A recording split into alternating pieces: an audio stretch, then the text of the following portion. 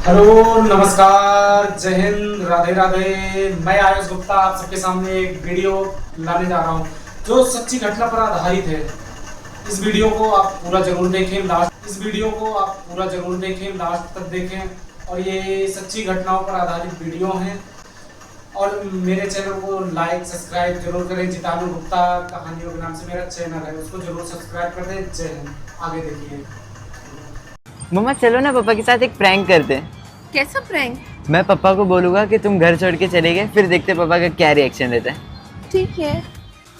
पापा मम्मा घर छोड़ के चले गए। सर से जो सर की वो धीरे धीरे पागल हुआ रे मैं धीरे धीरे तेरी गुनरिया ले गई।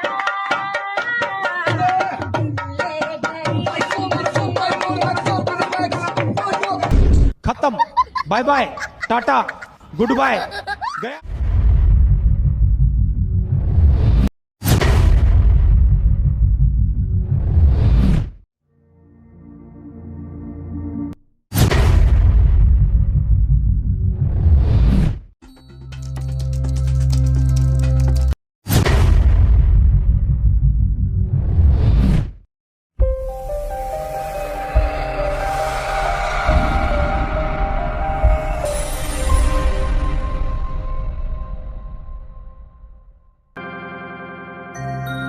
कहते हैं इतिहास के पन्नों में नाम उन्हीं का लिखा जाता है जो कुछ ऐसा कर जाते हैं जो बहुत कम लोग कर पाते हैं। लेकिन कुछ लोग ऐसे भी होते हैं जो सिर्फ नाम नहीं एक मिसाल बन जाते हैं। उनके जैसा फिर कोई कभी नहीं होता और उनका नाम इतिहास में हमेशा के लिए अमर हो जाता है। ऐसे ही एक साथी की कहानी है जो न केवल वीरता का प्रतीक था बल्कि अपनी वफादारी और साहस के लिए मशहूर हुआ। यह साथी इंसान नहीं बल्कि महाराणा प्रताप का अद्वितीय घोड़ा चेतक था। यूं तो कह सकते हैं कि चेतक महज एक घोड़ा था, लेकिन ऐसा कहना उसकी वीरता के साथ अन्याय होगा। चेतक ने वह कर दिखाया जो आज भी इतिहास के पन्नों में सुनहरे अक्षरों में लिखा गया है। यही कारण है कि श्याम नारायण पांडेय जैसे महान कवि ने भी उसकी तारीफ में ये पंक्तियां लिखी हैं। रणबीर चौकड़ी भर भर कर चेतक बन गया निराला था, राणा प्रताप के घोड़े से पड़ गया हवा का पाला था। वो आगे लिखते हैं कि आगे नदियां पड़ी अपार, घोड़ा कैसे उतरे पार, राणा ने सोचा इस पार, तब तक चेतक था उस पार। चलिए आज के इस वीडियो में महाराणा के इस वफादार घोड़े के बारे में स्टार्टिंग से जानते हैं। तो कहानी शुरू होती है जब गुजरात की तपती धूप में रेगिस्तानी मैदानों से एक घोड़ा व्यापारी महाराणा प्रताप के दरबार में आया। उसके पास 3 अनोखी काठियावाड़ी नस्ल के घोड़े थे जिसका नाम वो चेतक,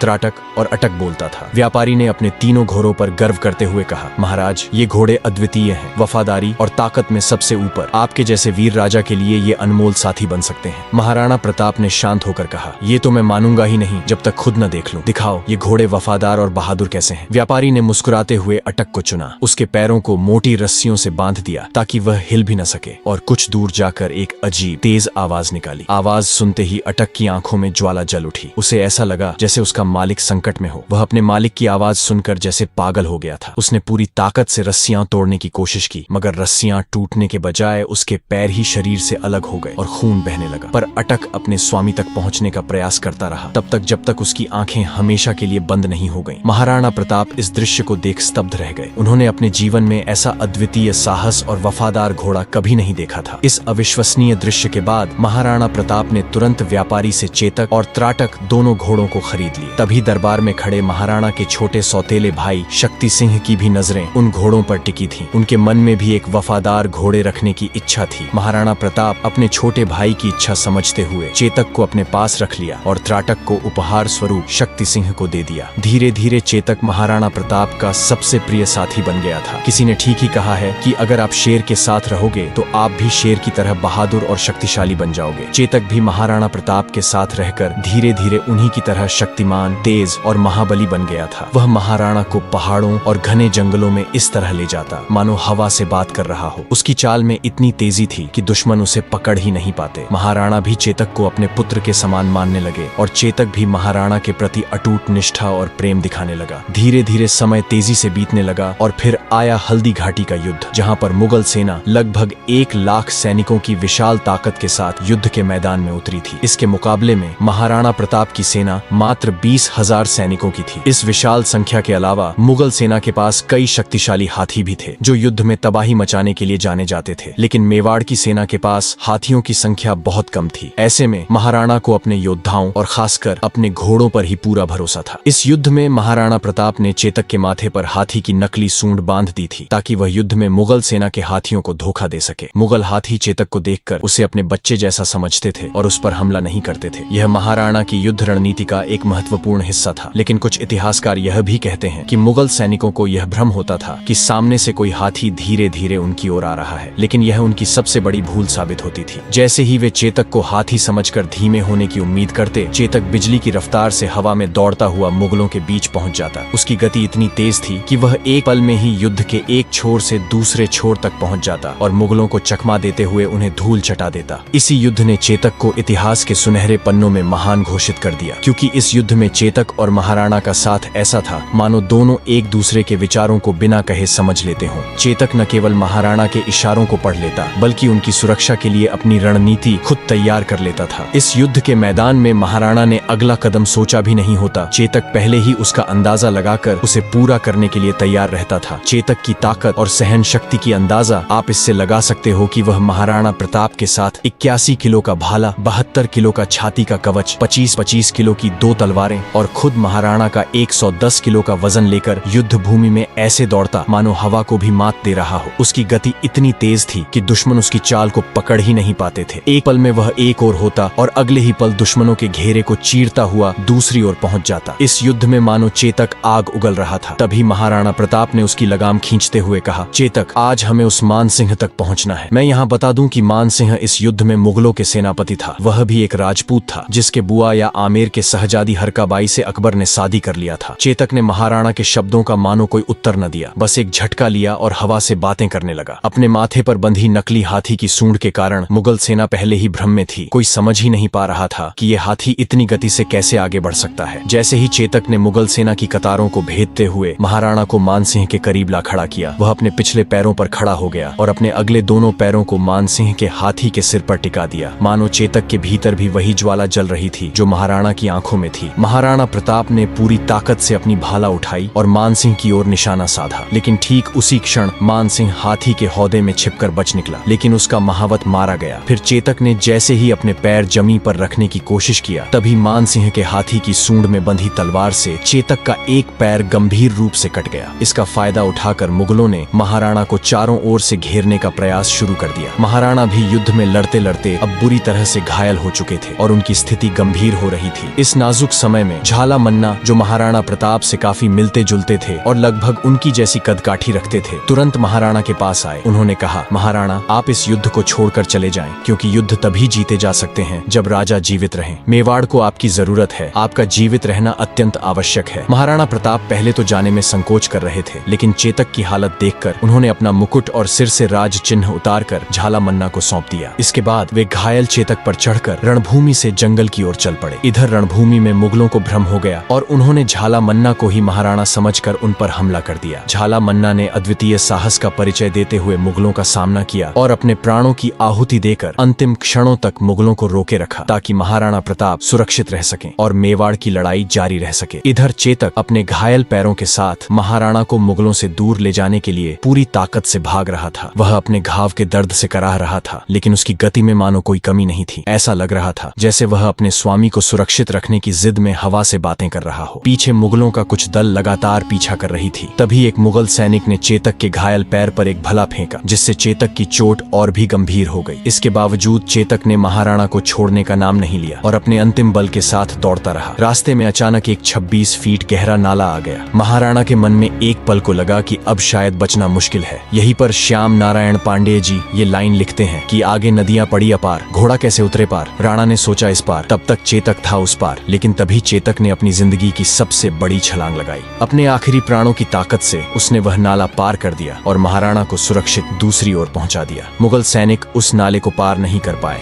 लेकिन चेतक की यह विशाल छलांग उसके लिए अंतिम साबित हुई, क्योंकि दूसरी ओर पहुंचते ही वह दर्द में टूटकर गिर पड़ा और वहीं महाराणा के गोद में अपना सर रखकर वीर गति को प्राप्त कर लिया। लिया। उसकी इस अंतिम बहादुरी ने महाराणा को मुगलों से सुरक्षित बचा लिया, क्योंकि पीछा करती मुगल सेना इस नाले को पार नहीं कर सकी। तभी अचानक आगे की जंगलों से घोड़ों की टापों की आवाज सुनाई दी। महाराणा ने जब देखा तो उनके सामने उनके सौतेले भाई शक्ति सिंह खड़े थे। शक्ति सिंह जो हल्दी घाटी के युद्ध में महाराणा के खिलाफ मुगलों की ओर से लड़े थे, अपने बड़े भाई को संकट में देखकर अकबर के पक्ष को छोड़कर तुरंत उनकी सहायता के लिए दौड़ पड़े। उनकी आंखों में पश्चाताप की गहरी भावनाएं थीं। शक्ति सिंह ने महाराणा के पास आकर भारी स्वर में कहा, भैया मुझे माफ कर दो। महाराणा पहले ही चेतक की मृत्यु से दुखी थे। चेतक का यह बलिदान उनके लिए असहनीय था, लेकिन इतने कठिन समय में भी महाराणा ने अपने दिल के बोझ को भुलाकर शक्ति सिंह को क्षमा कर दिया। इस भावुक क्षण के बाद शक्ति सिंह ने महाराणा को अपना घोड़ा त्राटक दे दिया। जैसा कि मैं बताया था, त्राटक को महाराणा ने ही शक्ति सिंह को दिया था। फिर दोनों मिलकर चेतक की वही अंतिम संस्कार किए और उसके बाद महाराणा त्राटक पर बैठकर जंगल की ओर निकल गए। उम्मीद है चेतक की यह बलिदान की कहानी आपको पसंद आया होगा। अगर आप महाराणा प्रताप के बचपन के बारे में जानने में इंटरेस्टेड हो तो आप इस वाले वीडियो को जरूर देखें। चलिए फिर मिलते हैं ऐसे ही वीर लोगों की एक और कहानी के साथ। तब तक के लिए गुड बाय।